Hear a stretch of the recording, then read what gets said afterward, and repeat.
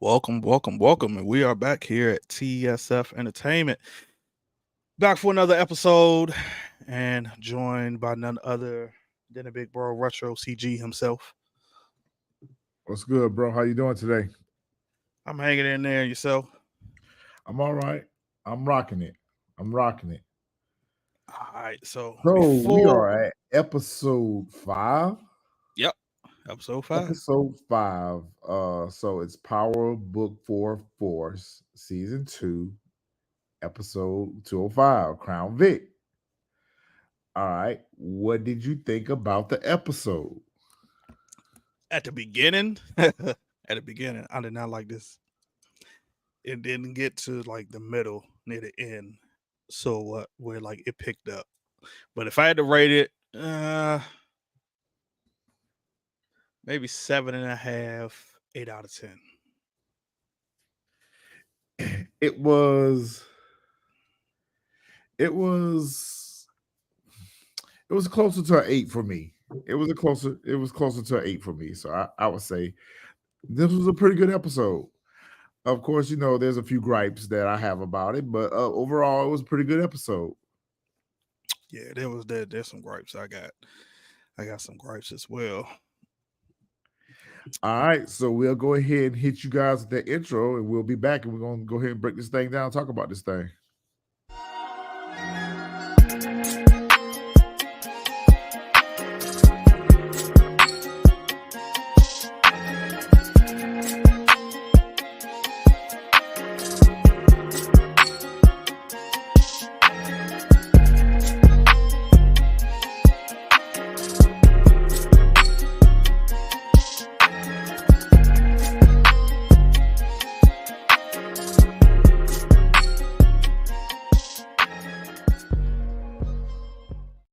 And we are back in the building. Shout out to the chat, Miss Lovely 31 Blueprint, Support Gaming, Lady Virtue, Demarcus. What's good, everyone? Welcome in. What's Hope going you guys on? had a great week. And we're gonna go ahead and jump into this thing. Fresh. Man, what we gonna do with D Mac? Bruh. First off, I was gonna wait, but I'm gonna go right on here to get into it with them. I need 50 to send him to whatever school he sent Acting little Mitch. classes. Cause God, I'm I I'm and told I'm you trying last to week you thought it was just me. I told you. I'm watching and I was like, is he acting or is he trying? And I'm trying to remember. I'm like, yo, was he like this in season 1? And I'm thinking maybe he didn't because he didn't have a dramatic scene, is what I'm assuming. But I'm like, bro, you gotta learn how to be dramatic. Like your acting was terrible. It's horrible, Like bro. that was like some EBBT straight to TV Tubi, movie or something. That, Tubi, that Tubi, Tubi, definitely Tubi. Hey, Miss Sharon. what's going on, Michelle? So for me, I asked myself the same question: was he this bad in season 1? And the answer for me is no, because he didn't really have that many scenes in season 1. So they're developing the character a little bit more in season 2. But yo, I said the same thing. His acting is terrible. It's atrocious.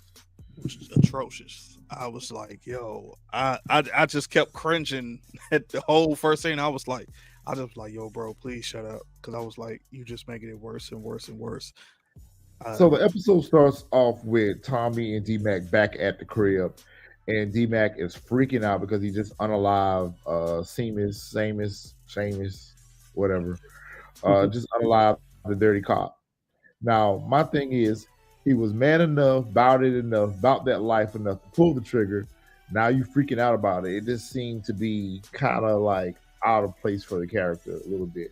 Because the character, when we first got introduced to the character, he was out pulling legs, shooting up JP's bar and everything. So, it's not his first time handling a weapon. And, so his reaction to what he just did just seemed to not be fitting for the character for me.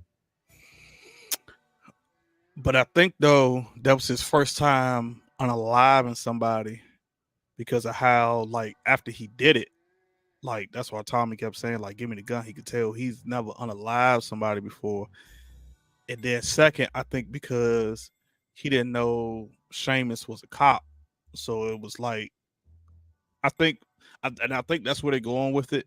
What's going on, Lady V? I think if it wasn't a cop, he maybe might not have acted all crazy like that, but Okay. All right. Big fact. or whatever. Um, so, but yeah, thinking I'm thinking that's more so what it is. Either way, don't matter. Acting was terrible. So, The acting was horrible. Welcome acting, in, Really B. Welcome to the panel. It's nice to see you.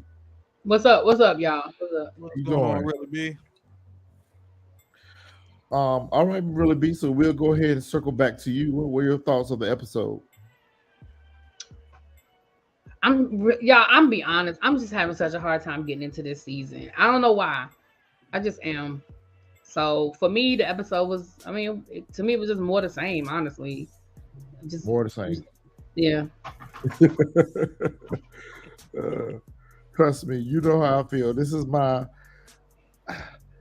This season is actually a little bit better than last season for me. So I can agree with that. I it, agree. I do agree. I think there's definitely more action. I agree that it's. I do agree with that. I do agree with that. I just some of the stuff like I think some of what you were saying when I was coming in. Some of it is just, and I know we have this conversation all the time when it comes to power, but some of these stories are just so recycle, inconsistent. wash And and rinse well, and repeat. no, it's not even that. It's just inconsistent and unrealistic.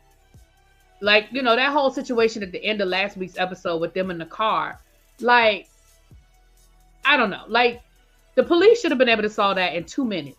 Text messages, phone, you tracking the phone. Like, dude literally said you texted him. I was there when you texted him to come pick him up. So like, it just shouldn't have been. It's no reason why Jenard is not sitting in jail right now. Yeah. But anyway, go ahead. So Tommy is trying to tell D-Mac. and I'm going to respond to that comment, support gaming, because I do feel like they are doing some comparisons to D-Mac's character with Tariq, but I'm not sure if the outcome is going to be the same. I even mentioned that last week. Are we seeing a repeat of Ghost and Tommy with D-Mac and Tommy, or Ghost and Tariq with D-Mac and Tommy? Because Tommy is getting a little bit more aggressive with him.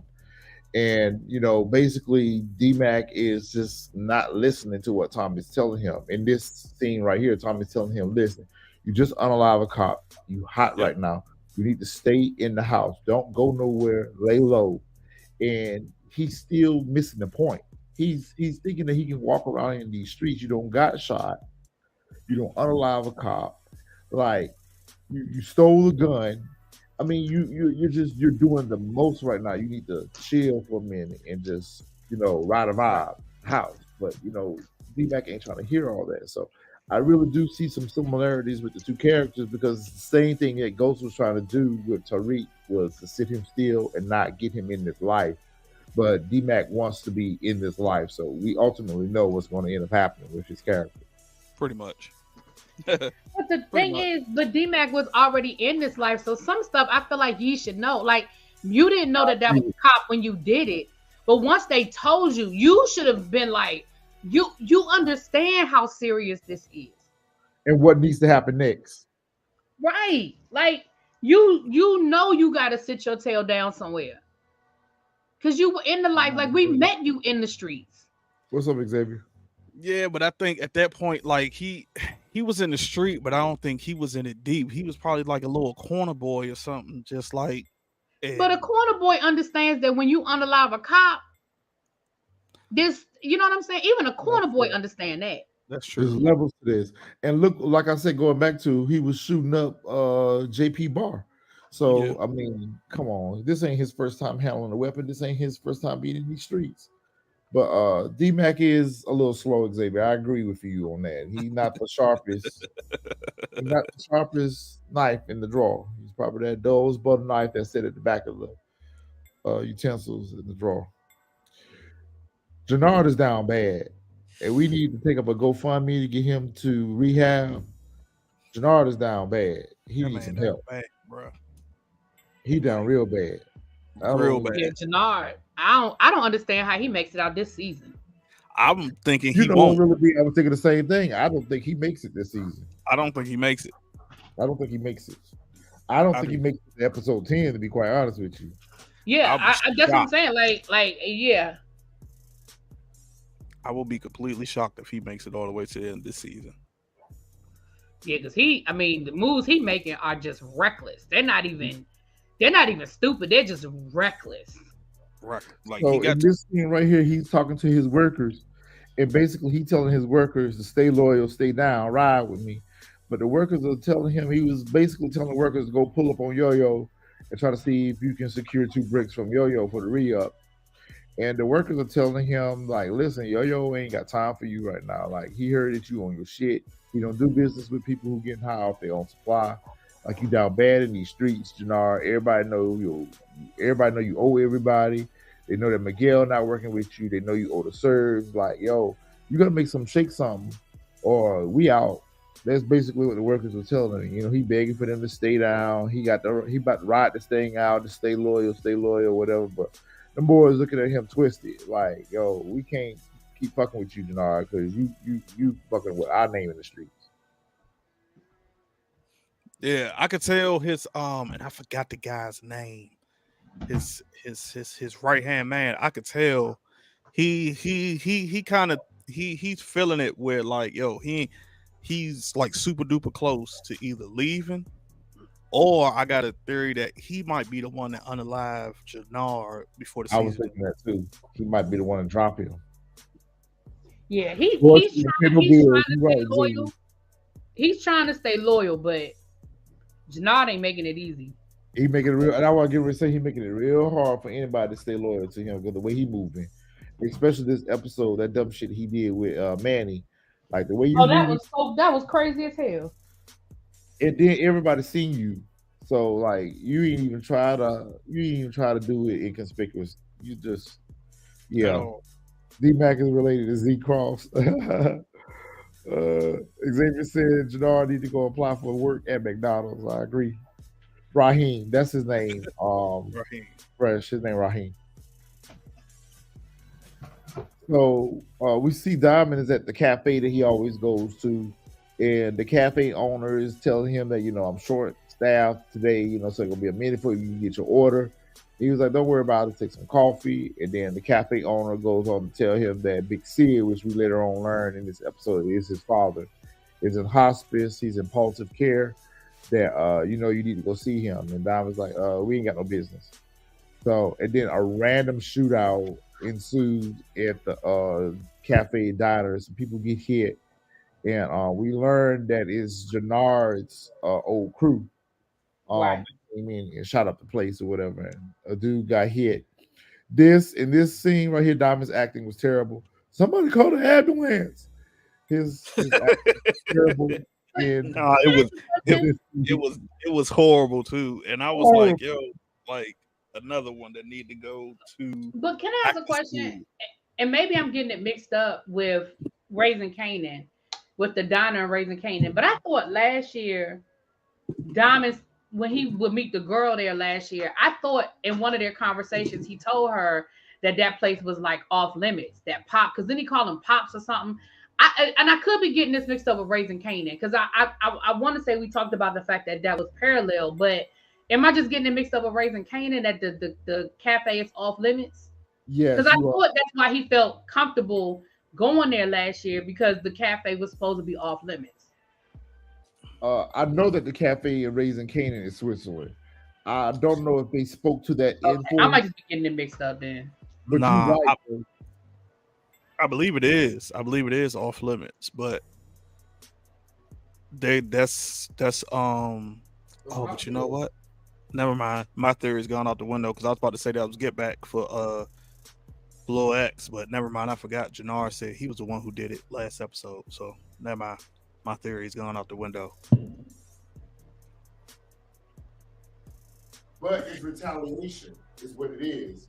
It's retaliation for Jenard is alienating everybody that's working with him right now. His whole crew. Mhm. It's retaliation.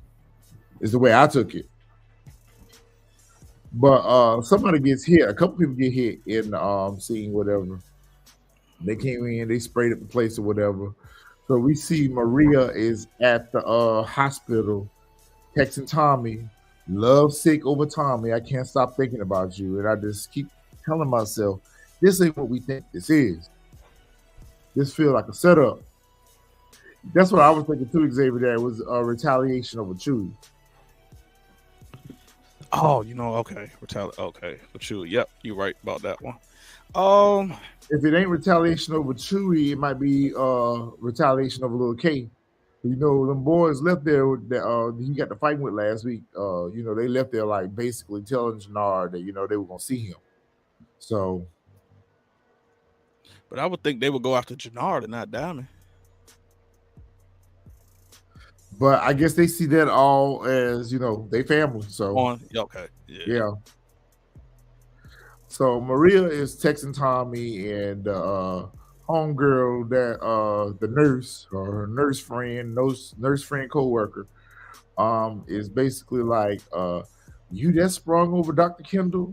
And she's like, wait a minute, Dr. Kendall in surgery, so you got you a new boo. And I was like, I don't know how I feel about these two. I don't feel like this is genuine. However, I do got a different theory now after this episode. So one of the young ladies, the patrons from the diner, comes in all shot up or whatever, and Maria recognizes her. And we learned that, her father had the same name. She's from Mexico, and, she was just basically telling her that everything's going to be all right. But we later on learned that the young lady did not make it, and that affected Maria a lot. I can't stress. I cannot stress much. I don't like her, and I don't like this situation, and I don't trust it. And I think she's setting Tommy up. Okay, that's where I'm at. I'm right there with you. I'm 50-50 because I feel like she actually might not be, but somehow, some way, it's gonna come out that like she's messing with Tommy because so she ops right now. It's like 50-50. Like the last episode when she just popped up, I'm thinking to myself like, you just all of a sudden now, after you kept telling him at the very beginning you weren't rocking with him, you wasn't messing with him, then you pop up. I was feeling that, but like in this scene, like if she was playing him, I don't think she would have been so happy with a smile on her face to get that text from him. That's true too. That's true. Because it would have just been like, you know what I'm saying? Like she would have just been like, I guess that's true. Yeah, she would have just been playing him. Like she would have just been responding like, but she had a big smile on her face, like she was super duper happy that he was texting her. So, and I also feel like, I'm starting to think that I feel like this is an important scene as well. That like somehow, some way, this Felipe, correct me if I'm wrong. I was thinking the same thing. Don't even go there. Do not go there about Felipe Lobos.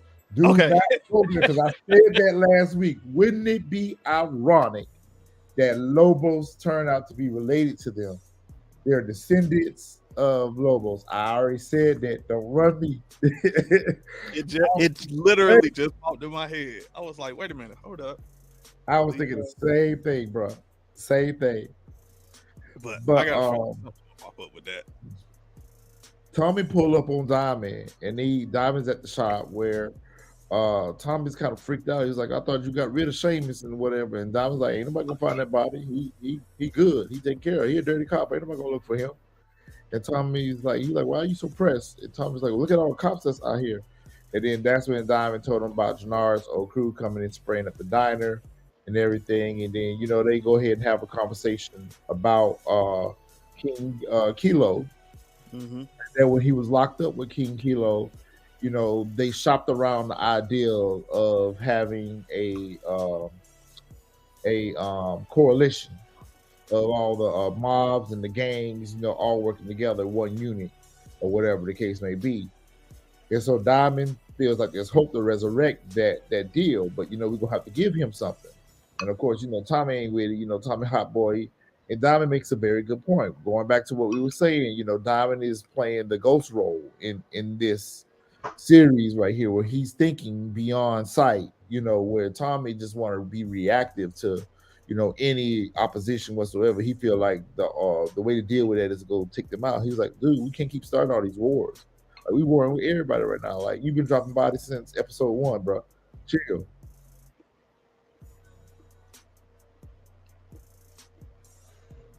I just, I agree. Diamond is definitely playing the ghost role, but the difference is Diamond don't have the history that Tommy and Ghost had, and I think Ghost gave Tommy a long leash because of their history.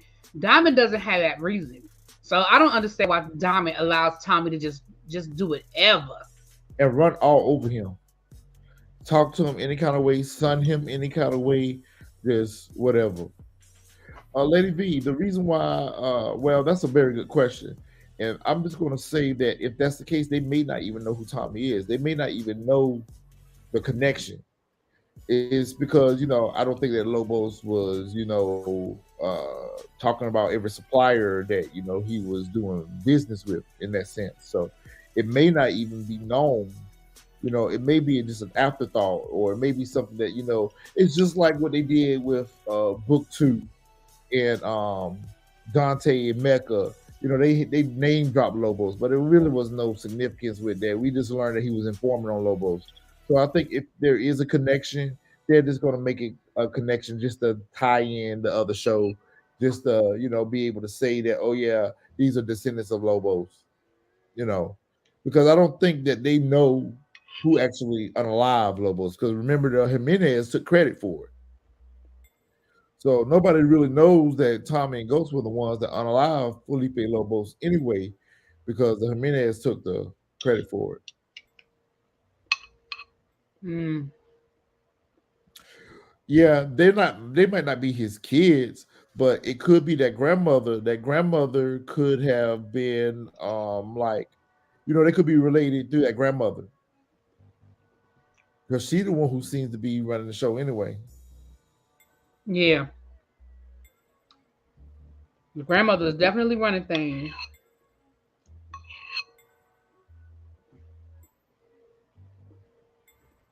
Okay. So Tommy is sitting there having a conversation with Diamond, and Diamond is like, so you handled that situation with D-Mac?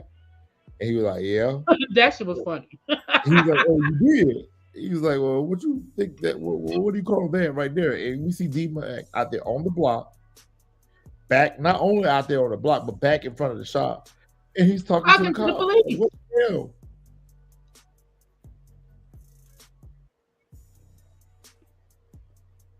I'm like, what is he even talking to the police about? Like, what could he possibly? That scene right there was dumb. Again, you know better than to be out on the streets talking to police for any reason. But I don't give a damn if they asking for directions. Yeah, Yeah. yeah. No, I think he was just out there. He was walking, and they rode up on him just to ask him questions or whatever. So, at that point, he ain't had no choice probably but to say something. But it shouldn't have That's mattered. why he 'Cause should have had his ass in the house. been outside on the streets anyway. So Exactly. You right about that, Xavier. D-Mac in the streets, but don't got no street smarts whatsoever. He just dumb. and that's why Tommy keep trying to keep him out of the game. Because He's he smart. ain't built for this life. He ain't Because built for it. He's Tommy, smart see? math wise. Yes, he's smart, book smart, just like another Tariq, book smart. But at least Tariq, but Tariq had a bit better advantage than D-Mac is. Tariq actually got trained by Kanan too. So, Yeah. he was able True. to pick up some street smarts, because I don't think that Tariq had street smarts either, because he was out here making dumb mistakes too. He was out there pulling them licks and shit and taking a gun to school, whatever. So I think we're seeing that what's going to end up happening is someone over there at that school going to end up schooling D-Mac in the streets, because right now he ain't got no training. He ain't got no training. Speaking of which, I'm going to get him back to the house, yoke him up, cuss him out, bust him out, send him upstairs to his room. And JP got the nerve to bring his sap sucker ass in there. Don't you touch my son like that. Don't take your hands off of my son. Child. Oh Take your man. Billy D. Williams hairstyle, go and sit down somewhere talking about. Right. Take Because who your hands told off you my to get that son right hairstyle? now. Who told you to do that? I want to say, like, bruh, that, like, you just got in Bruh, his. I mean, I get it, but you just got in his life. I was like, Tommy and take beat both your of hands them. off my son. I was like, Tommy will literally beat both of y'all asses with no problem. I literally thought he was going to hit D-Mac at one point. I Like, thought he Tommy was. was literally like damn near like his father, like, go upstairs in your room. I was like, well, damn. Like, But if this don't remind me of, I'm sorry, y'all. I know y'all hate when I compare it to OG Power, but if this don't remind me of Ghost and Tariq, Ghost did the same thing to Tariq. It's Yeah. the same. you're I not mean, by yourself. It's the same show, just Mhm. different characters. I guess JP does believe in gentle parenting, but you just found out like 5 seconds ago that this is your son who was already in the streets. So, and then when he made that comment to Tommy later on in the episode, that is because of you, all this is happening to him. Excuse me, do you not remember when he was shooting up your club? Exactly. When he was coming and busting your windows out of your club, he was already a degenerate to begin with. So, Not a don't blame degenerate, it on Tommy. Not a whole degenerate. Yeah, But he yeah. was degenerate. Yeah, he was already in the street. So Little hoodlum ass, little nappy ass head. Crown Vic. So Crown Vic out here in these streets. He talking to his sister. He don't got a call from the sister. She basically had to tell him come through to the penthouse. We got the play in motion. We gonna unalive Pops tonight. Doyle's over here. Come through. So on his way to go meet up with his sister, he get rolled up on by the cops and he get taken downstairs, downtown. These two right here, I can't take them serious. I don't know what it is about them.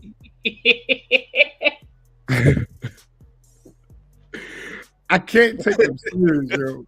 It's like watching a cartoon. They pull up, and then they got them in this old ass Crown Vic. Like no police car drive, no cops are driving Crown Vics anymore. Like they're poorly cast. I can't take them serious. yeah, this when they pulled up on him, I was just like, okay, like I thought maybe they would show how they're able to take him in, because it's just like you just can't say, oh yeah, we need you to come in for questioning, because he's like, nah, I'll come in with my attorney. Like y'all just rolled up like, oh, we need to talk. Like yeah, I was like, okay, like it has to be something else that got him into that interrogation room. So especially when you ain't got no papers. You ain't got no papers. None. You ain't got no papers at all. So what you picking me up on? So is it me? I'm trying to figure out, and I'm sure Xavier, DeMarcus, Support Gaming, one of y'all will tell me his name. Is it Tran? I can't think of the guy's name. The Asian guy that's the cop. Like, I feel like I don't know. Like it's something because he trying super duper hard. Like I just can't pinpoint what it is as to why he's trying so hard. Maybe he wants her spot, but like he trying super hard, yo. Like he trying super hard to show like I should be lead or something. So I mean I don't understand it though. But maybe trying that, a raise. Maybe he's trying to get a raise. Yeah, I mean, I just think he's just playing that. I know you did it by any means necessary, like because the reality is, once he said lawyer, you can't say nothing else to him anyway. So it wasn't even necessary for you to get all mad. That's right. Like she pulled you out of there because that's the law, sir. And he acted like she really did something to him, and she was like, "That wasn't a request." Like he said, "Lawyer." That is the end of the conversation. You know what, Lady V, you make a good point. Might be a 2.0. Yep, John Mock 2.0. Yeah, that's true. Might definitely be. Oh, I got a feeling before this whatchamacallit end, they gonna be at odds, or they gonna get a divorce, or Either one of shit, them going to end up getting unalive, or they're going to end up getting a divorce behind this case. I agree. or like yeah, she gonna. I got a feeling she gonna do something. She gonna get her hands dirty to do about all means to catch them. She But Like she looks like she already can yeah, plant is. evidence. Yeah, she already did, but I think she's going to go further than beyond that we yeah, saw. I can see yeah. her planting evidence or something. Yeah. Mm-hmm. She gonna do just like dang, I forgot his name from Power. Uh, Sachs. not Sachs. Sax, the other one. Um, Mike Sandoval. was that his name? That Ghost went in his crib and was about to unalive him. Oh, that was Greg Knox. Yeah, Knox. Yeah, Knox. Yeah, I got a feeling like she gonna be like Knox. Like she just gonna go off the deep end and something gonna happen because like I said they going super duper hard to try to catch it, and like her husband said in this, like you're what did he say, you're willing to what is it, to risk something with the mayor or something with the seat, that like you just trying to, you gonna do it by whatever means or whatever. I forgot what he said, but it was something that he said with the seat. I can see that happening too, DeMarcus, that, well, not necessarily Tommy, but somebody unaliving Bobby, and that being the catalyst that kind of sets her down that path of to do whatever it takes to get revenge and to get this case. So we're gonna start seeing her spiral out of control too.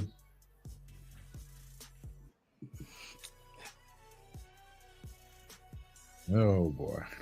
I laughed at this scene because I'm like, I laughed so hard when I saw that text. You mad at me? I'm like, bruh, he threw you up against the wall and told you go upstairs and get in your room. What do you mean? Is he mad at you? What you think? Like He for ain't real? texting Tommy. He's texting Genesis. Oh, He texting damn! I Genesis feel because he stupid. thought she was he thinks Yeah, she's he's married. talking to his girlfriend. Yeah, because he didn't show up for the date. Damn. Okay. Well, never mind. My theory gone. I feel stupid. I thought he was texting Tommy. Damn, it all makes sense. That's right, cause that's what he tell Kate. That's literally what he says to Kate, was that that she thinks that I stood her up. Dang, I didn't even think about that. Yeah, that's He what was he was talking to. Talking to the little girl. Yeah, But let's talk right. about Kate. Does Kate look worse and worse every episode? I mean, I understand that the actress is aging, but to me, it almost seems like they're trying to make us look like, is she sick? Kate looks very bad. She don't look well. I mean, it could be a bit of both. They try to make her look sick as well as like she just aging. Like, I think it's also because hold on. Well, nah, go. She was in a lot of scenes, so. But I think she maybe just aging, and plus, she was clean, so But she didn't yeah, look that's like this in book 2. At I least in always my thought Kate opinion. looked. I always thought she looked old and haggard. So I don't know. No, don't get me wrong, she has. But for me, for some reason, in this season, I don't know if it's the makeup, I don't know if it's the lighting, she looks worse than normal. She looks even old. She looks road hard, put it wet. And I don't know if that's a symbolization of the fact that she's detoxing and she's coming off yeah, that stuff. But I mean, she looks bad. yeah. That's what I was thinking. Xavier and Demarcus is that probably what it is. She's going through withdrawal. So Xavier said not old and haggard. Really, B, that was terrible. Old and I haggard. mean, I listen. That's what she looked like to me. She definitely does though. Like I can agree with that 100%. She definitely does. Another scene that got on my this scene annoyed the hell out of You me got is to give him money every week. yep. You got to give Markovich his payment. I'm still trying to figure out, and maybe I guess we're gonna see next episode, like why Miguel ain't ran down on him yet, because he owed Miguel as well. Like, remember the last episode, he told him just get what he said, give me 2 days I and I'll thought he get you your shorted the payment. serves to pay Miguel last week. That's why he stole the car. No, that you talking about they took Jenard's car? Yeah. Nah, that was I thought Merkovic and them that he sorted. I thought he sorted Merkovich's payment to pay Miguel. That's when they wrote up on him and stole his car because he didn't have the money for it. nah, that was Merkovic. Okay. Y'all let me know, because if that's the case, then my whole shit is I'm whole way confused. Because I swore that was Merkovic and them crew that wrote, because he gave That's what I'm saying. They took the car because he didn't pay them. He gave that money to Miguel instead of giving it to the servers, is what I'm saying. Yeah, okay. yeah. Okay. I was about to say, I remember when he gave Merkovic the money that was supposed to go to Miguel. Okay. So yeah, that makes sense. That makes a lot of sense now. Okay.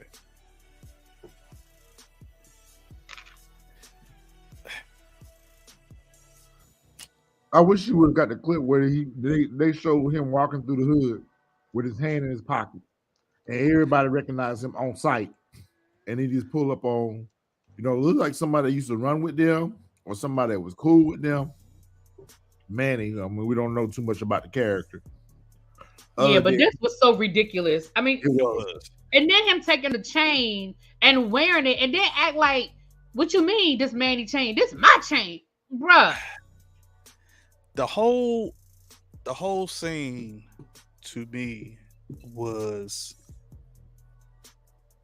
off because, for one, I was lost and confused because I couldn't figure out whether it was hot or cold outside. Because he got on a jacket, then other people, I see people out there with shorts on. I see people out there with like tees. I was completely lost at what was going on. So I was trying to figure out the time of day, like which one is it? And then like, yeah, we didn't get no backstory on Manny at all, and he just happened to roll up through there. I don't even understand how he was able to do that and make it out. I really don't, because what was that? Big Smurf told him like, this ain't your hood no more. So how he was even able to got sprayed up.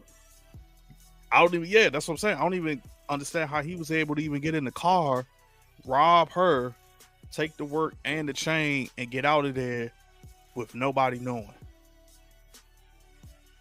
And then you foolish for walking around wearing the chain and just like it's a trophy. I didn't even understand why he took the chain in the first place, but I guess that's He's that. an idiot.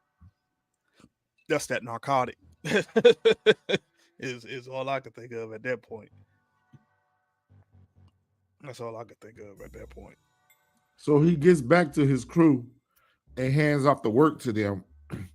And Raheem instantly recognizes the chain, says that Manny chain. Oh, that's my chain. Get these bricks. Immediately. Like, you see it in his face. Here. Like him just saying, oh yeah, no. You know, Miguel rocking back with us with the bricks, blah, blah, blah. And that's why I think like Raheem at some point, either it's going to come to, he going to leave, he going to either try, or he's going to be the one to unalive Jenard, or he might be the one to tell Diamond like what the hell his brother is like really into. Or he might end up telling what Merkovic or Miguel like what the hell is going on, because I can tell he not really with it no more like that. Yeah. You could tell he getting aggravated with Jenard. And it's like somebody said earlier in the chat, loyalty don't pay no bills. Don't pay no bills. Lady V, she might be. I don't know. Somebody else said earlier in the chat that she gonna OD this season. I agree, especially after this episode. This hit for Kate. I don't know, because I mean, how long was she sober? I guess she's been sober since the events of Force. Because I remember her saying it. She said it. She said how long she's been sober. I just can't remember what the timeline is. I think she months at best. I think she said 6 months, 3 months, 6 months, Something somewhere like around that. there. Something like that. So I mean, she might not, because she still got that. You know what I'm saying? She still got the stuff in her body, like. Nah, but what's happened is because of what Tommy has done. Yeah. We'll talk about that when we get there. We got so much other stuff to talk about. Yeah. Virgin Love says she only been sober for a week. I don't know, Virgin Love. I thought it was a little bit longer than that. You might be right though, because y'all know y'all be on point. But I thought at least once or so that she said she was clean. Oh, that's it? Oh clean man, she still got the booger sugar in her system. She good. Maybe that's why she looked like that too. Maybe that's why they got her character to look like that, because she down there. That's what DeMarcus and them was saying. She going through withdrawal. Yeah, she good. 10 days. Yeah, she good. Doyle meet with Crown Vic and the lady in the red dress. I'm not gonna say I was disappointed in Vic this episode. I'm disappointed about him being a snitch. I think he should have handled that situation a little bit differently. But I think we saw Vic boss up a little bit in this episode. That's why it's called Crown Vic. Yeah, he definitely. I can't say that support game, and I wasn't disappointed in Vic at all in this episode. Like, I will say I was disappointed by him turning state's evidence. Yeah, I was disappointed by that. But as far as how he maneuvered the situation, he woke up real quick and realized what was happening around him, because he could have been a sitting duck, like his sister left him out there to be. But, he got hit real quick and reacted, to save himself. Okay, exactly. Alex said 10 days too, so everybody said 10 days. Okay, all right, we were wrong. Yeah, so that's what I thought it said month, but a new assassin who's the apocalypse. I ain't like the Four Horsemen. I'm the man. And you were the first to get dropped, bro. I don't know what. No, he wasn't the first. He got dropped, but he wasn't the first. I thought Paulie took him down. Nah. Whatchamacallit? Walter took him down. Paulie shot him, but Walter finished him off. Nah, Paulie never even shot him. When we get to it, you'll see. Yeah, Paulie never even shot him. Paulie never even got the chance. So basically, Doyle's giving them the instructions. They already got the play in motion that they were going to have dinner at Walter's house at 8 o'clock. Yeah. That they needed to be out by 9 o'clock because the hitmen had instructions to spray everybody they saw on site. So that was the last direction that he gave them. And when Vic said, "Got it, I'm going to set it up," Claudia then went on to ask him about Paulie. He said, "Oh, well, Dad fired Paulie, so he's not going to be there." So later on, in a company adjacent scene to this, you see Doyle and Claudia. They have a little celebration for, and basically, he then informs her what we've been saying all along: you will never be on top. Like, Dublin is old school. They only want a man. It's not going to be you. And then when he said, as long as your brother is alive, they'll never choose you, I was like, damn, you just steal that bro fate. And what is the characterization with the women that kill in power in the red dress? Somebody make it sense. hold on. I'm trying to remember the name of that movie. Oh, is it called Devil in the Red Dress? It is Devil in the Red Dress. Oh, Devil Okay. something with red. You know what, support gaming? I agree with that. That's what I thought he was going to do. I really thought he was going to go to Tommy and dime Claudia out, that she was the one who took out Liliana. I really thought that that's what Vic's next move was going to be. If he was going to snitch, I would rather him snitch that way than to go into the feds. Claudia is very manipulative and evil, ruthless as Raquel, Thomas, and Monet. I agree. She's all three. Yeah. Walter Flynn was taken down by Big Red, Little Red Riding Hood. Yep. We never know who played for Miriam's medical bills now that Walter and Paulie are unalive. I think Kate may be able to provide us an answer with that. It's possible. If they actually want to give us an answer to it, I think we can get that from Kate. Yeah. 50 Cent is obsessed with the color red. I'm telling you, every time they get ready to unalive somebody, they be in that red dress. Claudia is a dumb bee. As long as Vic is in power and in charge, she can influence and manipulate him. Power behind the throne. That's true too, Xavier.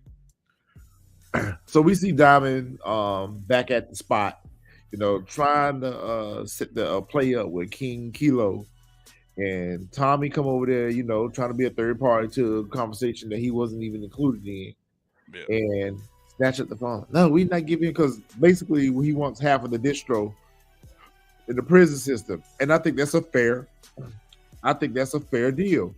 Y'all just got the 100% anyway, because y'all are already splitting it with Rojas or whatever the case may be. So if y'all go back to getting 50% cut versus the 100%, worse for wear, because you're just going right back to the original framework for the prison system anyway. Let the man get that. Not even that. Like Diamond said, that stop all the heat on the streets. Stop all the heat on the street and give you a larger network to move your product through. A larger network, which would end up being more money. If it ain't no heat on the streets, it's gonna be good, because ain't gonna be no heat on y'all, because everybody gonna be in a coalition. Everybody gonna be quiet, so everybody gonna be moving the product, so y'all good. But I think, like I said, Support gaming really like this comment right here. Seems to be a recurring theme. If a character like Ghost, Tommy, or Tariq unalive someone, they wear black. But when it's the women, they all wear red. That is true.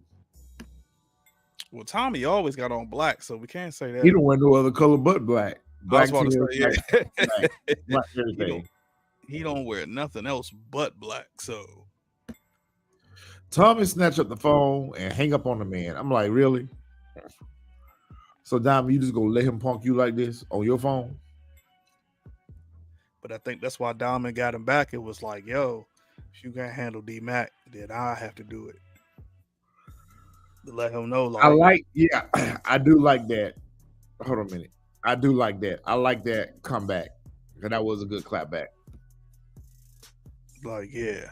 So that's what I figured. I figured, like, after he did that, he was telling him, like, yo, matter of fact, yeah, because didn't he tell, I think he told him last episode when Diamond said he was going to handle Jenard, and he said, nah, I'll do it. So I think that was like, okay, you know what I'm saying? I think that was Diamond way of saying, okay, like, you went at my family, now I'm about to go at yours. So if you don't handle it, then I'm gonna have to handle it. So I think it was a multitude of things, like just going back and forth. To me, this scene could have not been in the episode altogether. I didn't even understand why it was in the episode. Which the only thing I could think of is that it makes me believe that the lady that came in with the gunshot wound and mentioned the name Felipe, like, he's gonna either show up or like they were related or something, because that was the first thing that came out her mouth was just like, oh yeah, you know, the lady said that they would name drop him. Yeah. Or they would make a deal out of where they would make a point. Yeah, to name drop his name, especially Yeah, we never heard of it. But I mean, this whole scene to me, I could have did without this scene, to be quite honest, because it didn't make no sense. I didn't. I guess what they wanted to show us here that there's dissension. It was a plot device to set up what was getting ready to happen later on in the episode. It was a plot device. Because I was trying to figure out why Miguel was just sitting there. I mean, I guess he was going to pick her up. Yeah, he was going to pick her up, and then their little argument spilled over to outside. So when he was pulling up, he seen, which I didn't think old boy had yoked her up, but I guess he did. Yeah, I mean, he didn't. I didn't think he touched her. I mean, he grabbed her, but I wouldn't say like yoke her up. Like he just grabbed her. I don't even see him grab. I didn't even see him grab her. I didn't even know he touched her. But yeah, that's basically that was trying to show us that there was a breakup and that Miguel's overprotective about his sister. I agree with that. Support Gaming. He's supposed to be Tony Montana. Yep. Yeah. But I digress. But you know what? I'll wait till we get to that part. So yeah, they go to Devil in the Red Dress. The Devil in the Red Dress. Yep. And she didn't want to sleep with old boy, but she was like, let me just go ahead and put this on him real quick and see if I get some more information out of him. She would show that, like, I think, who was it? I think all y'all said, like, she willing to do whatever to get over the top. But as you can see, tell her, like, nah, the throne. And it's crazy because I didn't even feel like he had to say that, because Walter been telling him that since like season 1. Like, out the gate. Out the gate, you will never be on the throne, like, regardless. And that should have told her, that should have reaffirmed her that maybe my father wasn't just being hard on me. It's the way of the law. It's the way of the old school. Because she always thought it was her father, basically, stepping on the back of her neck and holding her down. But that right there should have been confirmation to her that it wasn't just her father that was saying that you couldn't.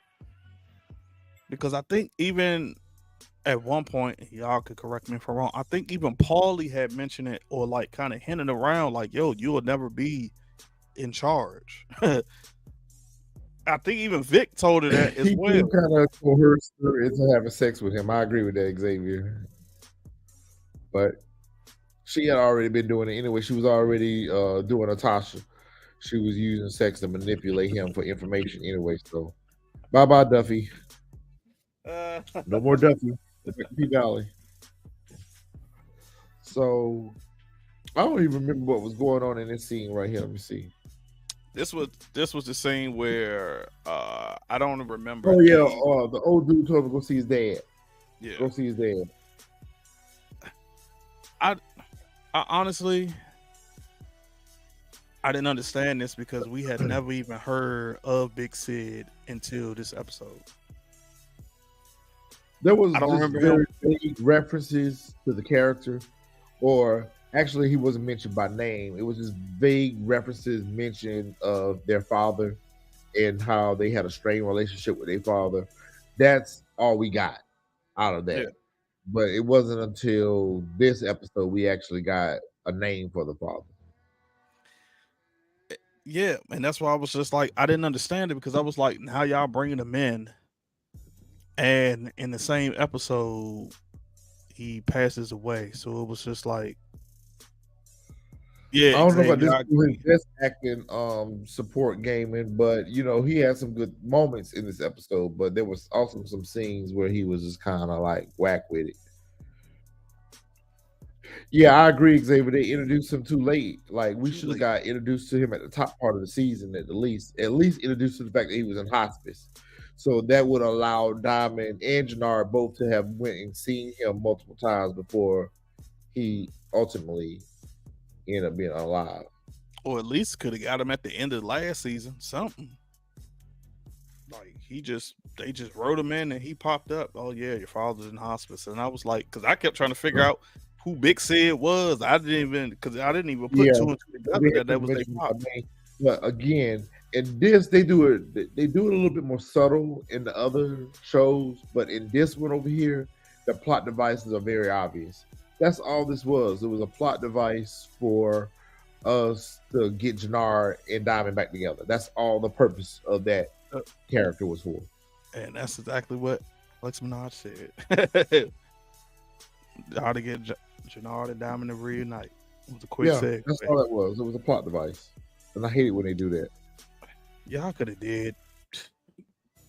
Shoot, y'all could have used Jenard using as a way to get back at CBI. That's what I thought it was going to be because remember he called Jenard. Jenard didn't answer the phone, so he called over to Shanti's place and know that Shanti would get the word to him.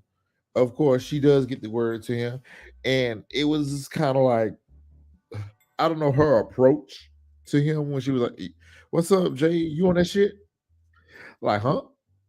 I shared the same reaction that Jenard had. Like that was a random odd question to ask because at that point we hadn't saw that he had been using. But I guess she's so taken aback by how he presented himself here lately that something's wrong. And I guess I that's mean, the first thing that she thinks of is that he on that shit. you could see it in his eyes. So like she know, like, you know what I'm saying? Especially when your pupils are dilated like hell, like she can tell like this man ain't himself. Like, yo, like even like for prime example, look at his hair. Like last season, Jenard was bald. This season, like he don't even care. His hair growing, like although he got on all this Gucci and everything, every time you see him on the scene, he looks sweaty and dirty as hell. So it's like I Yeah. think she put two and two together, like, yo, something ain't right with you. Force does this thing where we, the audience, are told to feel things instead of making us feel things. I agree with that, Xavier. This season is like a reboot. They're killing off the old storylines to get the story moving in a new direction. So technically, it's like watching season one on season two because they are taking the characters in a totally different direction. Even the development of the existing characters we see aren't true to the versions of themselves that we were introduced to in season one. Like Jenard, for instance, Jenard was supposed to be this businessman. Jenard was Hmm. supposed to be this businessman. When we met him in season one, when he went and picked Diamond up from jail, he gave Diamond a crib and a car. And he Yep. was like, "Oh, I've done well with the drug money, and I invested and I had buildings and businesses. Now all of a sudden he out here scraping and scratching. What happened to the business and the buildings that he had? Like Jannar had money and he was making business investments, So now all of a sudden he out here scraping and scratching, trying to pay drug debts. Yep. That's all right. Not Okay, Scuff Miss Sharon, McGruff. right? She saw Scruff McGuff, saw it in his. Scuff McGruff, though. That's literally what he looked like. A Scuff McGruff. Support Gamer says until Force and Book 2 Ghosts connect, I'm calling them alternate universes. They can't be alternate universes because the characters have already crossed over from Force into Book 2.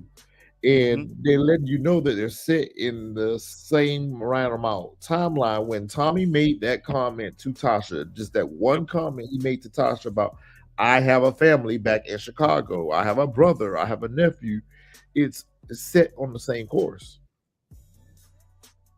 So I don't think that they're alternate universes. I think they're in the same Yeah. timeline. They're just happening at the same time, just on different sides of the world. Yeah. I agree with that right there. This old ornery mean ass, I would put the pillow over his face. I would put the pillow over his face, old ornery ass. So Diamond going in and trying to see his father.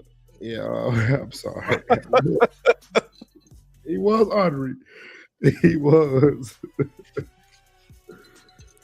Diamond gonna try to see his old man. His old man got the nerve to be sitting here talking shit. You can't even finish talking your shit. You sick and shut in. You sitting here talking all this shit. Diamond should have put the damn pillow over his face and be like, "Oh, that's how you feel."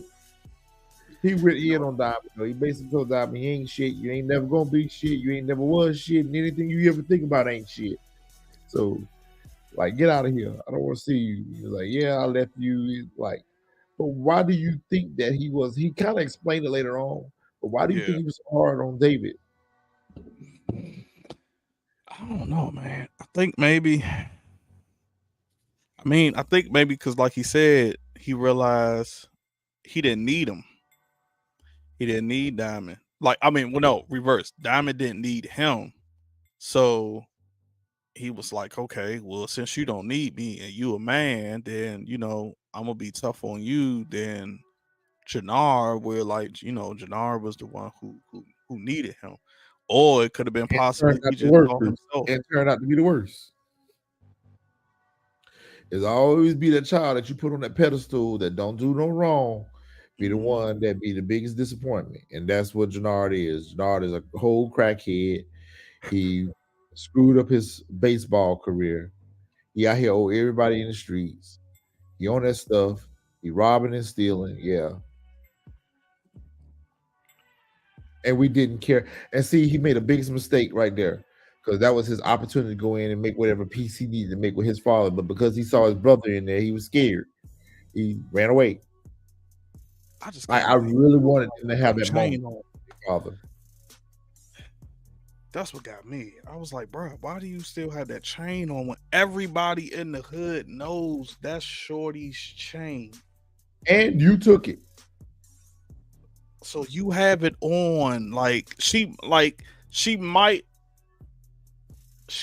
have like and that was oh man, I didn't even put two and two together till now. She said before he took it, like, nah man, my daddy gave me this chain. Got the chain on. Who he going to see? His dad. He's going to see his pops. That's it. Shoot. Your pops might not have passed away had you not took the damn chain. Who knows? Oh, karma. Yeah, that's what I'm thinking. Like, yo, you took her chain, so they're going to be like, okay, karma. That's your karma. You don't get to see your pops before he passed. Yep, and that's exactly what happened. You coming in the hospital with the damn chain on, like, okay. Don't touch my son. Don't you touch my son. I'm Billy D. Williams. I'm trying to remember this damn scene. This is a scene where Tommy finally tells JP that right. D-Mac had unalive a cop and that he out here in the streets, and I've been told him lay low.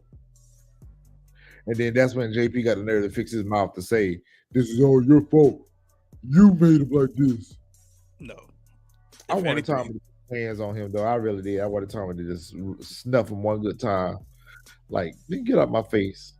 I honestly thought this is where they was going to fight. I thought this was going to be a scene. The next scene, they was going to start fighting. For real. He looked like one of those models on the back. You know, the Duke Wave relaxer? Yeah, I know you're talking about. I know exactly what you're talking about. Be a model for Duke or S-Curve Wave relaxer. I know exactly. Oh my God. He do. He do. Oh, man. He got that hair relaxer in. Man, Tommy told him, like, listen, go sit down. I'll tell you about what's happening.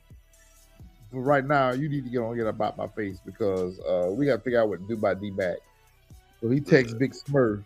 So I need to do something. I already knew that JP was D-Mac was going to be in for a rude awakening. At first, before it happened, when he sent the text, I thought he was just sending, like, smurfing them to go scare him. So, like, not even, if not beat him up, like, shoot at him, but not hit him. Like, just to scare him so he could get his behind back in the house. Scare him back into the house. Back into the house. So that's what I thought when he sent the text. I was like, oh, okay, he about to scare him straight. And about to make him like, yo, man, these people try. And he was like, that's why I've been telling you to keep your, you know what I'm saying, stay in the house.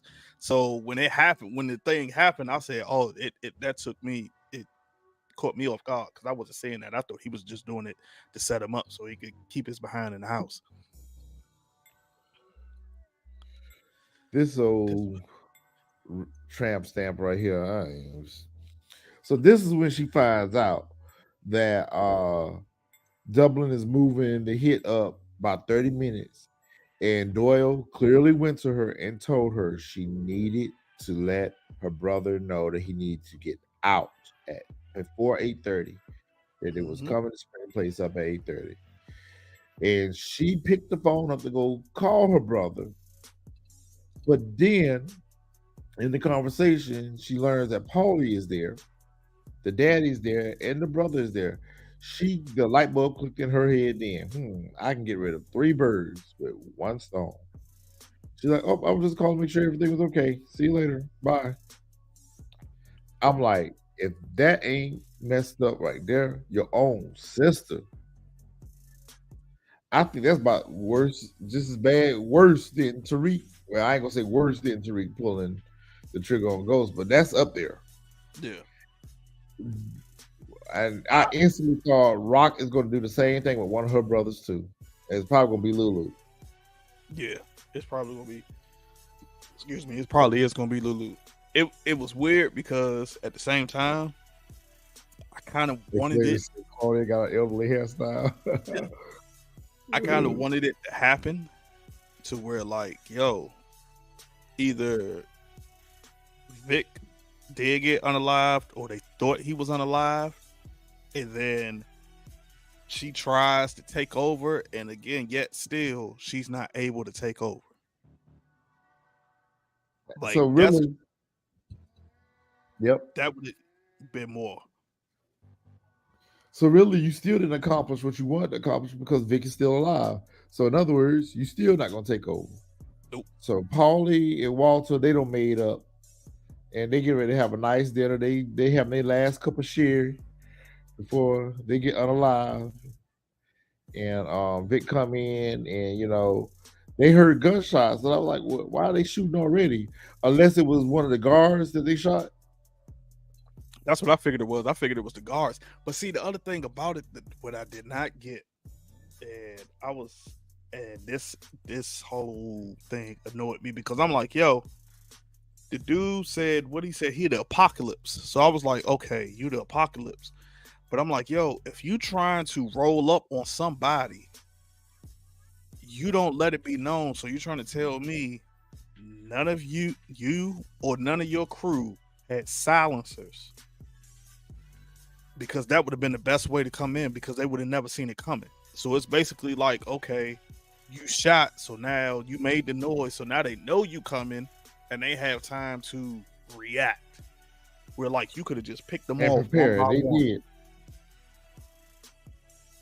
Yo, I need that whole setup Walter guy right there. Walter had that whole 007 set up. He lifted that picture up. He saw the monitors.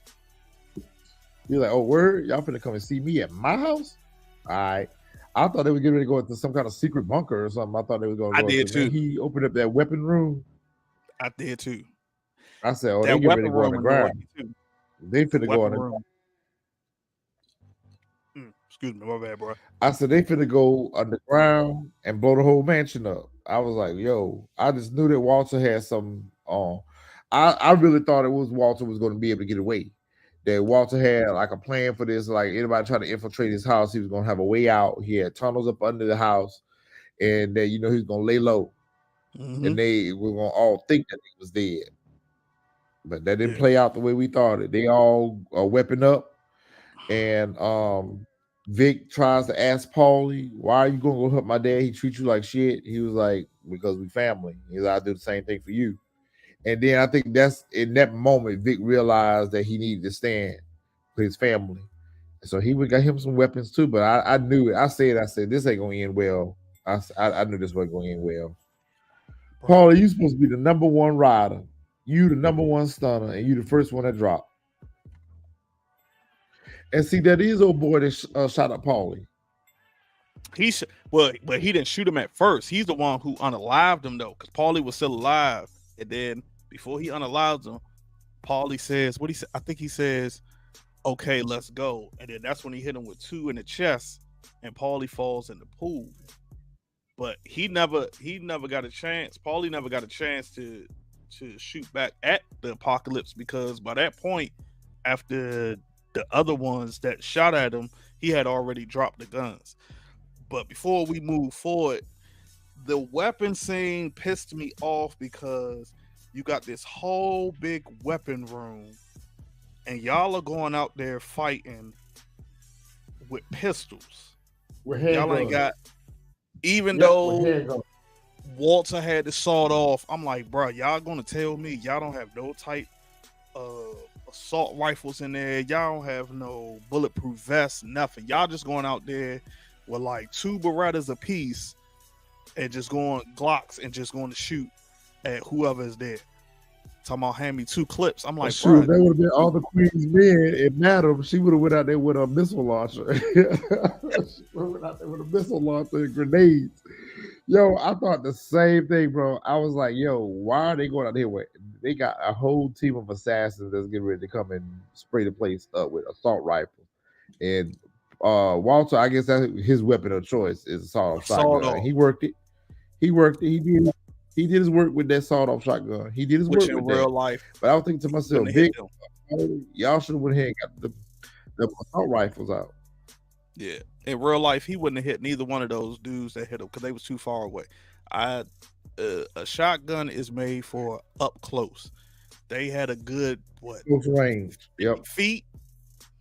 Like they might have got hit with like maybe depending on what he got in there, maybe like the pellets, but it would have been enough to keep them down. Like I was just like, that's when I knew for sure. I was like, yeah. He about to get unalived. I knew immediately because I was like, you coming out there, especially with a sawed off that only holds 6 shells, so you gotta reload at some point. I was like, yeah, he about to go out. I guess he thought that Paulie and Vic was gonna be able to put that work in. But he came out at the last end of it. But I was so disappointed when Paulie got shot. And Walter was mad when Paulie got shot, and he instantly knew that Claudia was behind this. And he basically, after he took out the apocalypse, he basically told Vic how stupid he was for running in behind Claudia, and basically told him that you weak, your sister got more balls than you, and blah blah blah. And that's when he revealed to him that we all playing this together to unalive you. I told you I was gonna get you back for what you did to Gloria, blah blah blah. He said you got your mother's eyes, pull the trigger. I wanted Walter to go, but I didn't want Walter to go this way. And I didn't want him to go this early in the season. Do you think they made a mistake taking Walter out this early? Yep. I Yeah, I think so too, because we only got a season and a half of him.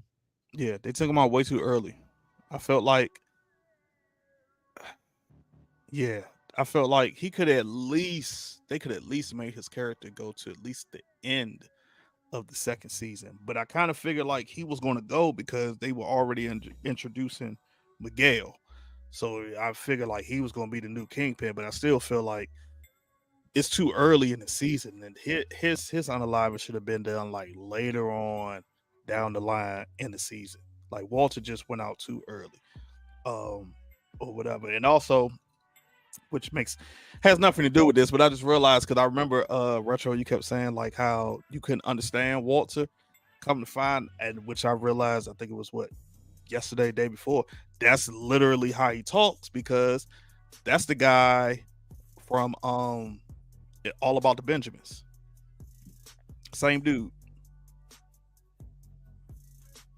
I got to go watch that tonight.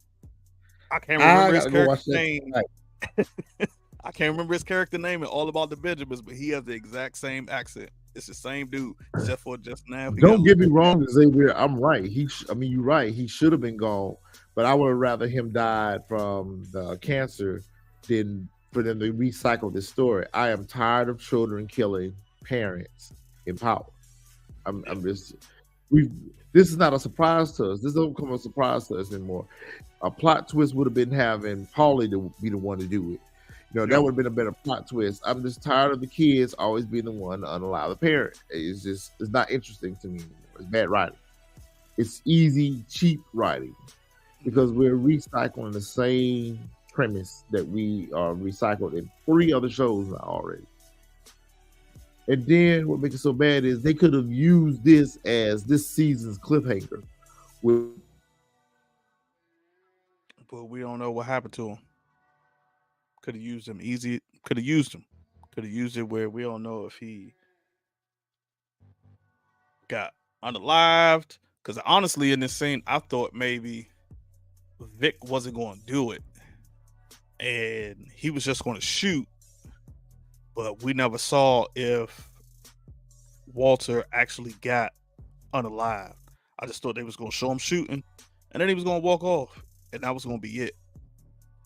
And we never got to see if he actually got unalived at all. Thank you, Alex Minaj. That's exactly what his name was in All About the Benjamins. That's what Walter's name was in that movie. It was Williamson. What was it? Williamson. I'm gonna go look for that tonight. Watch when you watch it. He got he kind of got a little extra on the accent on this show, but the accents is almost like neck and neck because he had an accent there. I just happened to watch it and I was like, yo, he looks man familiar. He got the same scar on his face, everyeverything. So that let me know like, okay, that scar is real. He was in Braveheart also. I don't remember. I ain't seen Braveheart in forever. Yeah, I didn't think they was gonna show it either. I thought it was just gonna be, like I said, we just didn't know whether or not. I feel sorry for Crown Vic. I felt sorry for Crown Vic right here. He's sitting there waiting for his sister to show up, and damn, she didn't even show up. First time I watched it, I didn't even put the two and two together. Remember, she told him that's the meet. She told him that's where she wanted him to meet him at to establish the alibi.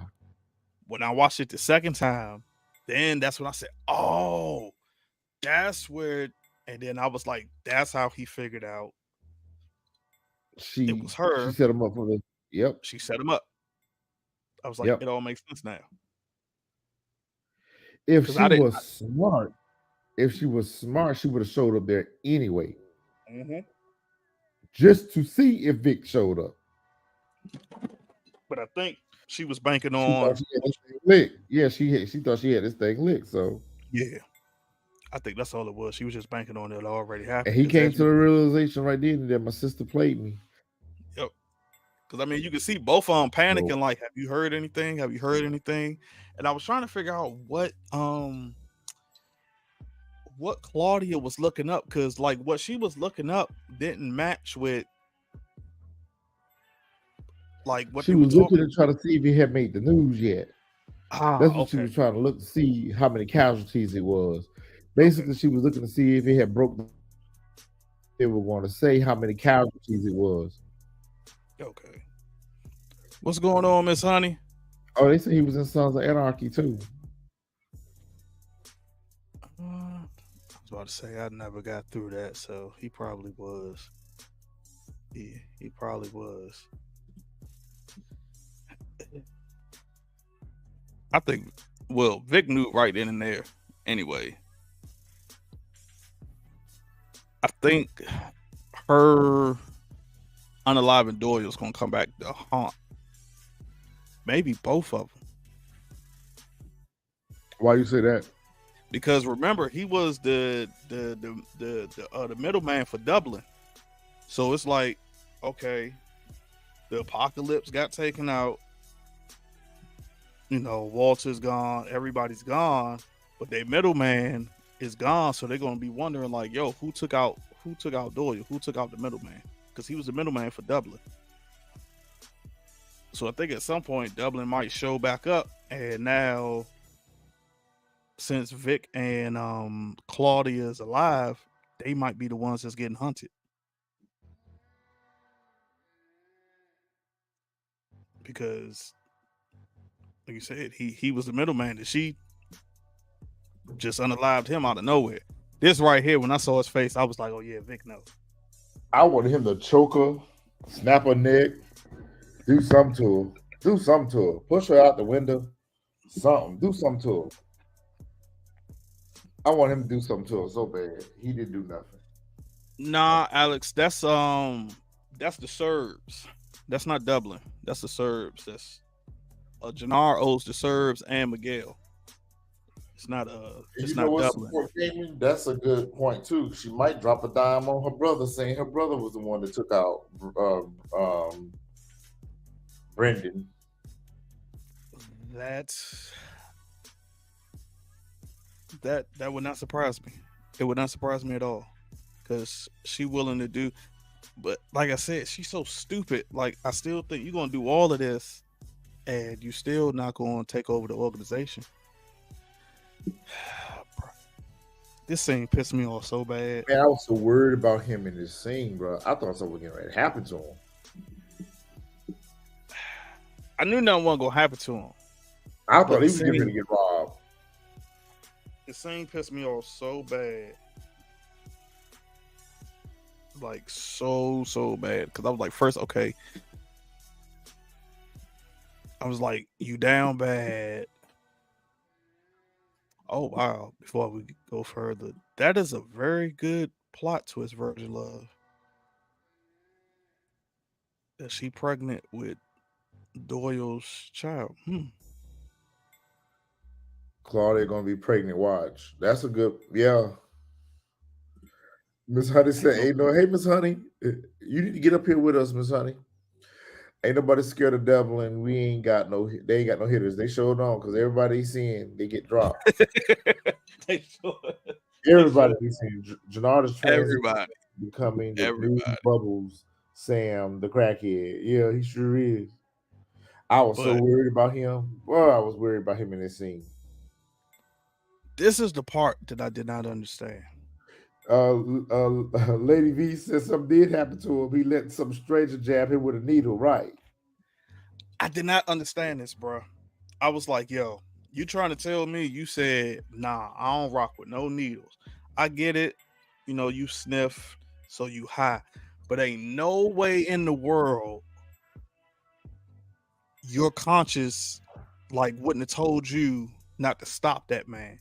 Because Right. first of all, the man just found the vein too easy. Like he ain't even tap the arm, nothing. He just, oh, you got to, oh, your arm is, Perfect. it's and he just jabs you with the needle.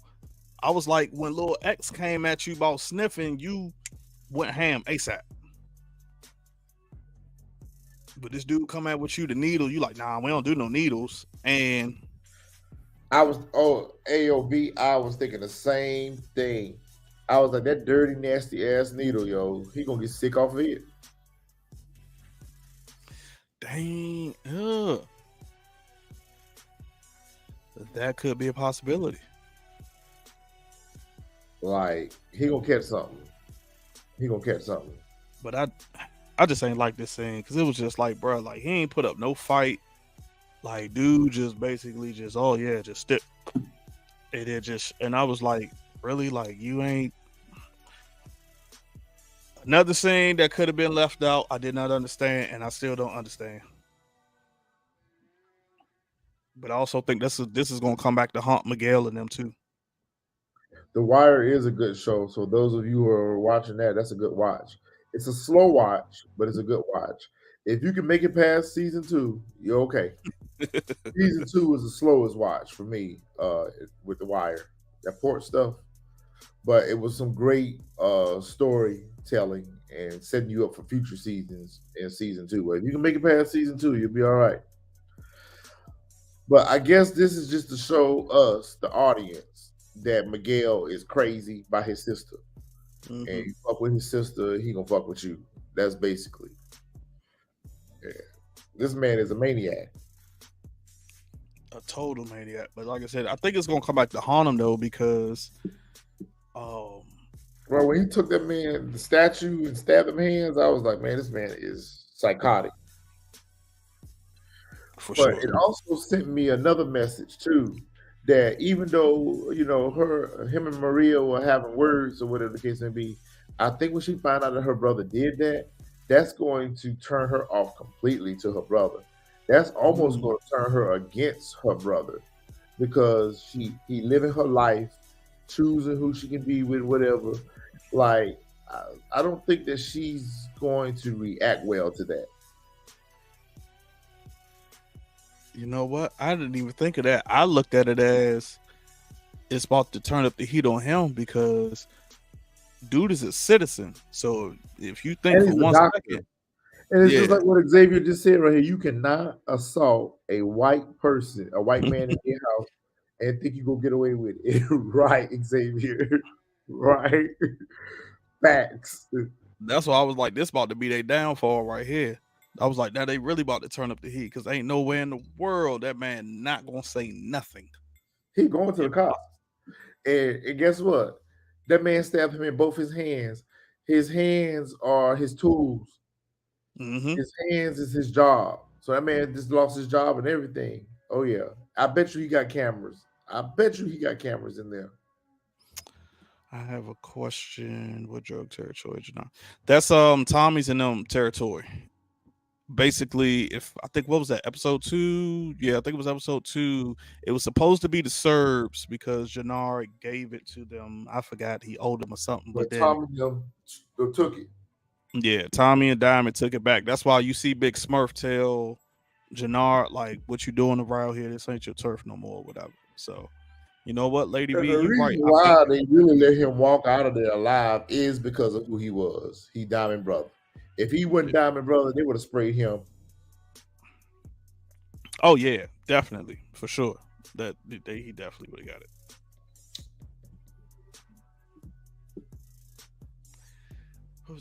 Okay, yeah, I know this scene. Oh my D Mac God. out there. Is this where he gets kidnapped? Yep, Okay, out there. okay. Yeah, this is when he out in the streets about to meet up with Genesis that got his nose wide open, and Big Smurf and them roll up. See, this was the scene until I saw Big Smurf face. I thought this was the scene where like, yo, they was gonna fake shoot at him, and then that's when he was gonna be like, yo, I need to keep my ass in the house. So when they kidnapped him, I was like, I didn't know where it was going. At first, I was like, nah, man, I know they ain't about to write Tommy to unalive his nephew. Yeah. Like, I was like, nah, yo, ain't no way they did that. Hey, Lady V, why do you feel like Marie gonna lose her job too? I'm just curious about that. I think I know why. Probably because maybe somebody from the somebody Job from witnessed them having that argument, and then that yeah, man ended up hurt.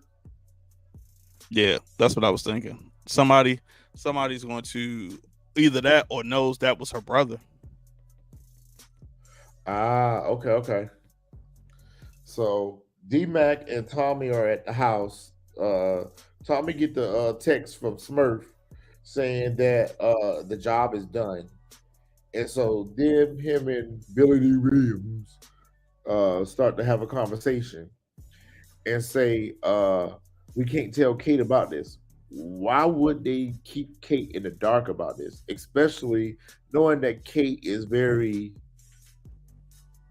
like Kate is could ruin this whole thing? Why would you not tell her what the plan was? Okay, so Miss Hunter feels the same way we feel about D Mac's acting. D Mac got kitty jail for all that overacting. We about to see he just go gangster now. Yeah, I think we're going to see just how gangster Maria is. Okay, so Lady V says the doc ain't gonna want Maria around after her bro abused him. More like bullied him. Yeah, that doctor is probably gonna end up losing his job, and because of that, he probably gonna be bent for some revenge. So he probably is gonna cost Maria her job too, because he gonna put two and two together. I still don't understand why Tommy would want to keep this a secret from Kate. I've Like, been I'm with you. I was trying to figure that out myself, and I could not figure it out. If anything, I felt like what should have been smart was he could have sent both of them away. because I get what he was saying. Like, no, Kate's gonna mess it up because probably if You they have would have to told look him, after him. Yeah. yeah, she probably would have tried to look him up, go find him, etc., or whatever, or would have messed up. Like, but the fact that you led her to believe that her grandson was unalive, I didn't understand that. I was like, By his yo, own father and uncle. Why would you lead her to believe that and think that there was not going to be no consequences for that? Like Kate not going to do something to get back at you like that. You don't think that Kate going to get back on that? I just didn't understand it. I was like, yo, You just what? created a problem for yourself, Tommy. An Yep, unnecessary problem. an unnecessary Oh, problem. mama. So, Well, I'm gonna tell you, here go my writing versus the network's writing, or the showrunner's writing. For some reason, when they showed D-Mac getting out of that van, why was I looking for Tariq and Brayton? I don't know why I was looking for Tariq Brayton. I was thinking Tommy was gonna send him to Tariq and Brayton for him to lay low, or he was gonna send him to where Tasha was and let Tasha school him and train him or whatever. I don't know why. I was just thinking that here's our crossover. Here's our first crossover. We sent D back to New York, and they sent him to a farm. So I guess he's supposed to be in some type of private school or some type of boys' home or something like that. I don't know. yeah, that's what it looked like. It looked like that's what it is. It looked like he's in some type of school or something. That's what it looks like. What was this? This was before Big Sid.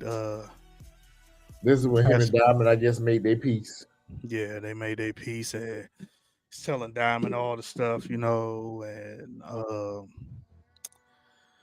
why he was so hard on him.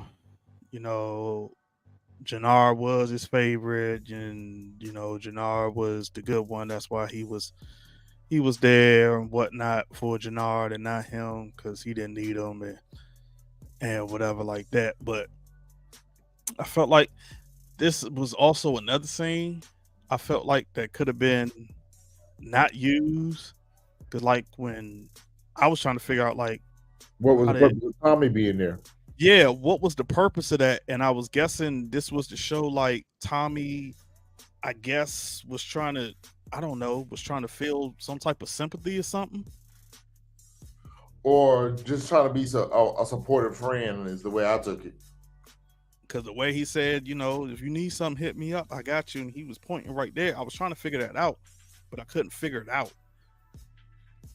So I guess that's what it was, and I guess this was also the segue point for them to get the coalition together, because it seemed like Tommy had a revelation after all of this, and now all of a sudden he wanted to get the coalition and stuff together and whatnot.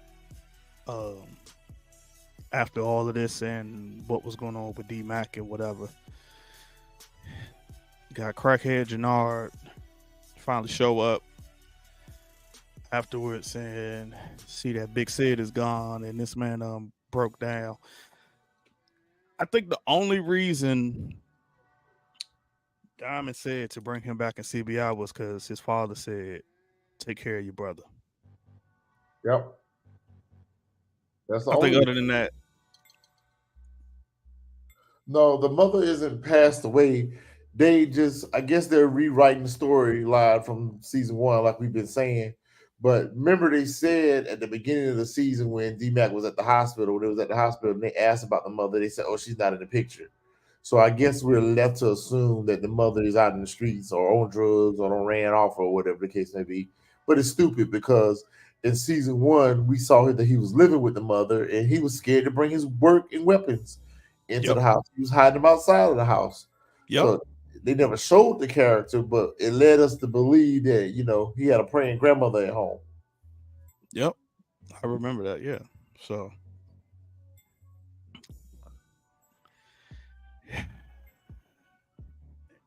here we go with Kate. Like I said, I just don't understand why both of them led her to believe, why they led, Yeah, why both of them led her to believe that they unalived him. I just did not understand that. Listen, listen, AOV. Thank you, thank you. This is exactly the issue that I have with Jenard. So I'm wondering how Jenard run the business for 15 years and everything is falling apart since Diamond was released. So he ran TBI for 15 whole years when Diamond was locked up. Now all of a sudden he can't even run a 4-man crew. Oh, I can tell you that that's totally easy because when Diamond was locked down for 15, Jenard was basically quote unquote like he was the boss. He was the don or whatever. So since he was the don, everybody followed his lead, and it wasn't no like no talk back about it like from the crew. Like nobody, Okay, you know what I'm saying? So okay. when Diamond came home and Diamond was like, nah, now that Diamond's home, he's back as the Don, and Diamond's like, nah, this how we gonna run it. And the people who was feeling Diamond was like, okay, you know what? That's smart, that's logical, whatever, whatever. And Jenard started feeling that resentment. It was like, nah, I've been holding it down for since you've been gone, but this is how we gonna run it. I'm CBI, and Diamond's like, nah. So that's pretty much that's how it was. So now that's why he can't run this because he got people going against him. Whereas when Diamond was locked up, he didn't have that. He didn't have nobody going against him or choosing to pick his sides. Kate says she raised animals. Billy D. Williams says you didn't raise us at all, Kate. And so I agree. They should have whipped Kate into the scam. Yep. They should have sent Kate and D-Mac back to New York, or sent Kate back to New York with D-Mac. That's what he should have did. He should have sent her on back to New York, and then we could have had a little crossover, and then had Tariq and D-Mac cross paths, and then D-Mac ended up running the streets with Tariq. That would have been a nice little tie-in. Or at the very least, they could have just sent him back to New York, and Tasha could have looked after him for a little while. Or they could have sent him back to New York, and he would have linked up with Cash or something. I would have liked to have seen them send him to New York versus sending him to this farm. Well, I figured like you could at least just. I didn't think Tommy was going to tell her exactly where he was, etc., whatever. But I did not see it coming where both of them was going to lead her to believe that like, yo, they unalived him. And I was like, yo, you could at least just be like, you know what? He good. We keeping him safe. You ain't have to tell him. You ain't have to tell her where he was. Just like, yo, he's safe. Like it's too much. It's too much heat right now. Like he's So, safe. But the fact that y'all did that, it just kind of showed me like, I guess Tommy's resentment towards her. Like he ain't care. or how heartless Tommy truly is when it comes to his mother. Yeah. Um, so no, it wasn't just to Kate's benefit, Xavier. It's for Diamonds too. But see, he's creating a bigger problem too, because not only are you creating a problem with Kate when she finds out the truth, you're creating a problem with Diamond when he finds out the truth. When basically all you had to do was tell both of them, like, listen, I got my nephew out of town, not going to be a Mm-hmm. problem. You know, I just wanted him safe, so I got him out of sight, out of mind. I don't think that would have been too much for Tom to tell anybody. The fact that I can hear that in Tommy's voice, but out ma. But out my, And of course, what but that's a happens? good point. Support gave me. I think Tommy want to break her back down. Have a junkie again because he had more control over her with the drugs than he Mm-hmm. does her being sober. So I agree with that. He probably do want Kate to stay a junkie. Right, AOV. They could have said that they sent him off to private school. Yeah, they could have. But now, as we see, I I, hope they don't do no funeral or nothing for him because that does seem like excessive for. nah, I don't think they're gonna do no funeral. They ain't about to do no funeral. I doubt that. they ain't about to do no funeral. They're just gonna make it believe like he, you know what I'm saying, he unalive. Like, and Tommy was the one who took him out. But like, here's where I think like, I don't know, man. That is true. I mean, when has he not been heartless to Kate? He always treated Kate bad. Listen, And then I remember he was the one who gave her that bag. Yeah. I didn't know she still had it. I thought she gave it back to him, but apparently she had been holding on to it for a rainy day. And I think this right here is the introduction to us seeing Kate go overdose. You're right. We see Big Smurf. Well, why do Big Smurf remind me of one of Tariq workers from last season? We look like we don't seen him before. He does from when they did the what was it, Cap No Frap or whatever it was. Yeah, he looked like the dude that was working for Cap No Frap. Yep. Yeah, he looked exactly like one of them. He sure do look exactly like one of them. Looks exactly like it. That whole scene annoyed the hell out of me too. That was another scene where y'all need to get D-Mac in some acting classes because dramatic styles is not his strong point at all. And we see Tommy back in his Mustang. Inexplicably. Another thing I didn't understand because I peeped that too. I was like, bro, you just had the Tacoma and now you right back in the Mustang. And I'm like, did you not remember that like you hot right now? So you get back in that blue Mustang that like, you got shot up in to begin with. I'm like, they didn't even show your Mustang getting worked on, nothing. When you went to get it back, nothing. You just popped back up with the blue Mustang. Inexplicably. So I think Tommy made a big mistake in his phone call with D-Mac because he should have went ahead and told him, I love you. But now D-Mac is going to harbor resentment for him the whole time he's at Great Shores. Youth Academy. Yeah, this. Where are we at? Are we in Maryland? Are we in Virginia? Are we North Carolina? Where are we at? I don't know, but all of it reminds me of none other than Power. Yep. And when sent Tariq to show it. Yep. That's literally what it reminds me of. Yep. It reminds me of when we sent Tariq to choke. Yep.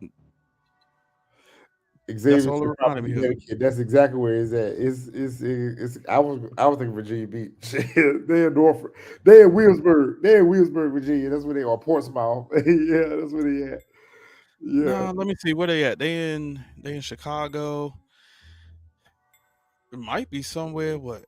Ohio. Yeah, I was about to say like Ohio, Michigan. It's probably somewhere close. Or Iowa. Ohio. Matter of fact, that will probably make sense. It's probably Iowa or Ohio, just because of them cows. Yep. So that's probably in Toledo. Yep. Toledo. Yep, he's somewhere.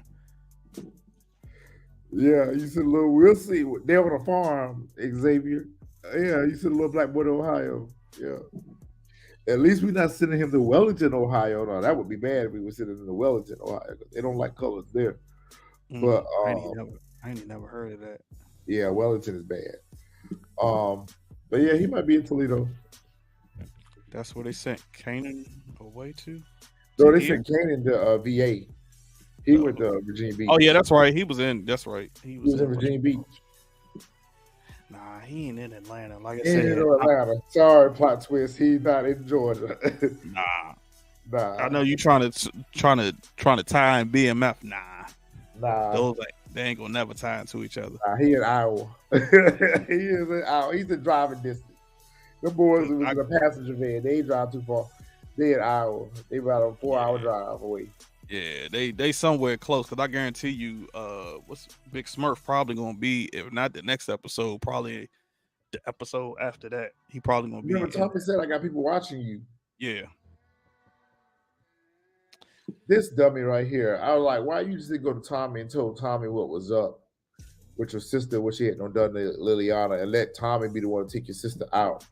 Instead, you go here and you did exactly what Stacey said you was gonna do. You came back with a need, and now she's gonna exploit you to infiltrate CBI and get information up out of them.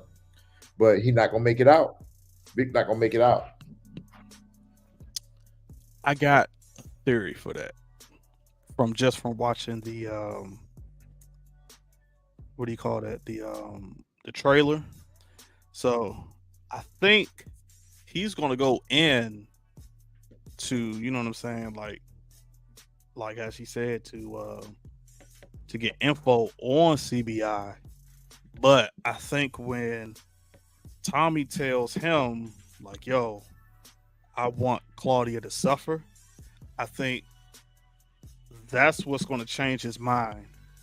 And that's when he's going to be like, okay, he's not going to either, he's going to join the CBI, or like he's going to feed Tommy information like, hey, you know what I'm saying? Like, yo, this is what's going on. Or he's just going to give homegirl like no info or whatever.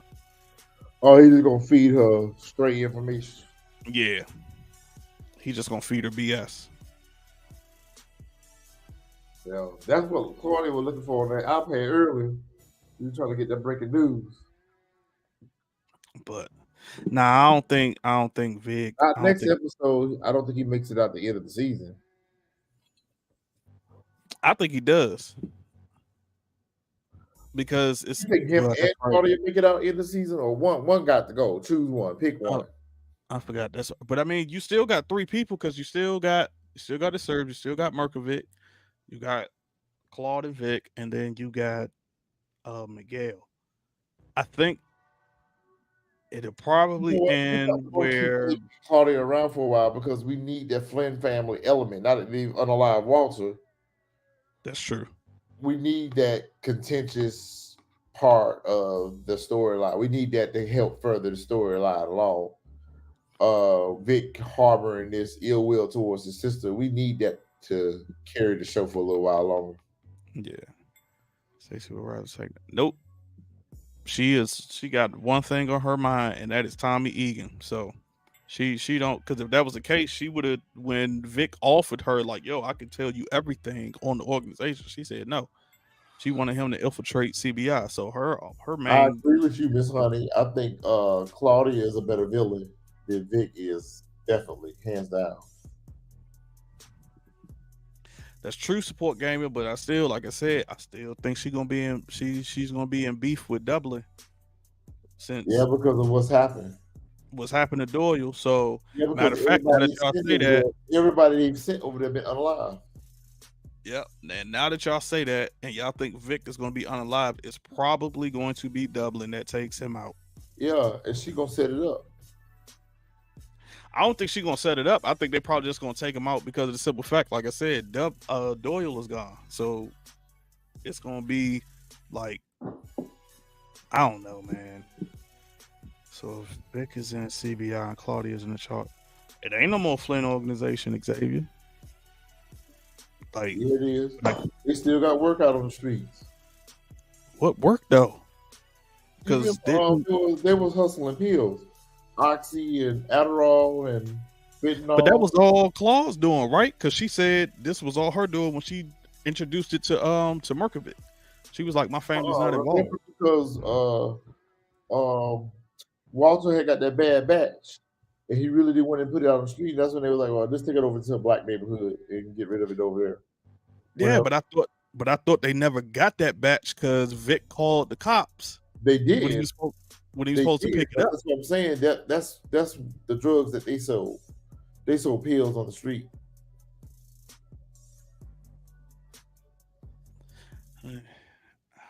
It's this whole show confused. I'm just ready for Raising Canaan. We're almost there. We're at the halfway point. And the crazy part about it is this show creeping along. Now, if we was watching any Brothers, we'd be on episode 7 right now. That's true. That's true for sure. Yeah. We would definitely be on episode 7 by now for sure. If we was watching one of those, you ain't no lying about that one for sure. This one just creepy. Everybody want to make Claudia pregnant. That would be a different twist. Why That she would want give her Tommy? a Dublin man for the heir to the throne. She wants Tommy so bad because they found out that he was, what is it? He still wanted out of New York. He was supposed to be quote unquote unalived. So now he was tied into the organization in New York. So that's why like she feel he's the key to taking down CBI as well as the Flint organization. I agree with that. Whoever said that, I agree with that. Say which one? Your comment just a while ago, I agree with that. Oh, why she want Tommy so bad? Yeah, that's why she wants Tommy so bad. That's why she wants Tommy so bad because he's literally the key. Yeah, she feel he's the key, so he would take them all down. But and I don't know where the season's going after this. Like I said, I got some theories, but maybe when we get our break, is it normally what between 5 and 6? Because I know we're about to get a this week, but we got a trailer for the next week, so maybe we don't get a break. We got any holidays coming up? Nah, because when does Raising Canaan start? What, December or November? December 1st. Okay, so yeah, we're gonna get a break soon. Maybe we'll get one around Thanksgiving. I figure probably before then, because we on episode 5. Like, so we basically got 5 more weeks. You're right. Yeah, that's way before. That's maybe way before Thanksgiving. Yeah. I guess maybe after 6. Then now pushes out 6 weeks. But either way, the show is going to end before Raising Canaan starts. It'll be like a week or 2 in between before Raising Canaan starts.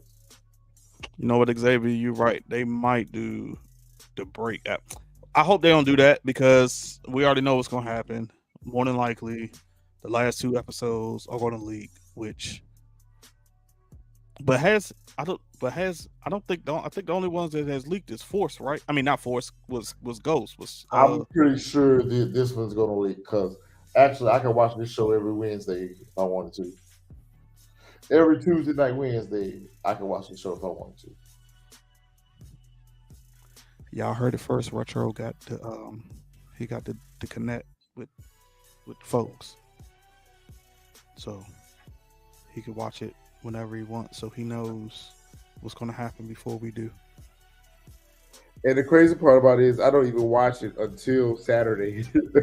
Yeah. I don't even watch it till Saturday. Bro, I literally forget that it dropped. Raising Canaan, if this was booked, I would be late going to work Friday to stay up and watch Raising Canaan.